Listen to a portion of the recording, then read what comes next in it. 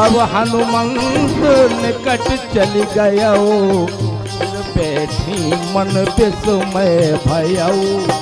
रामदूत मैं मातु जानकी, सत्य शपथ करुणा निधान की। यह मुद्रिका मातु मैं आनी, दीन राम तुम कहे सहदानी।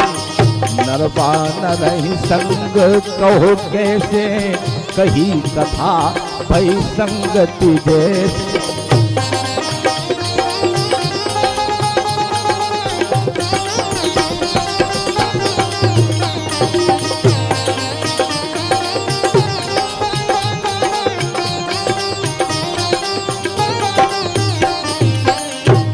कपि के बचन सप्रेम सुन, उपजा मन विश्वास।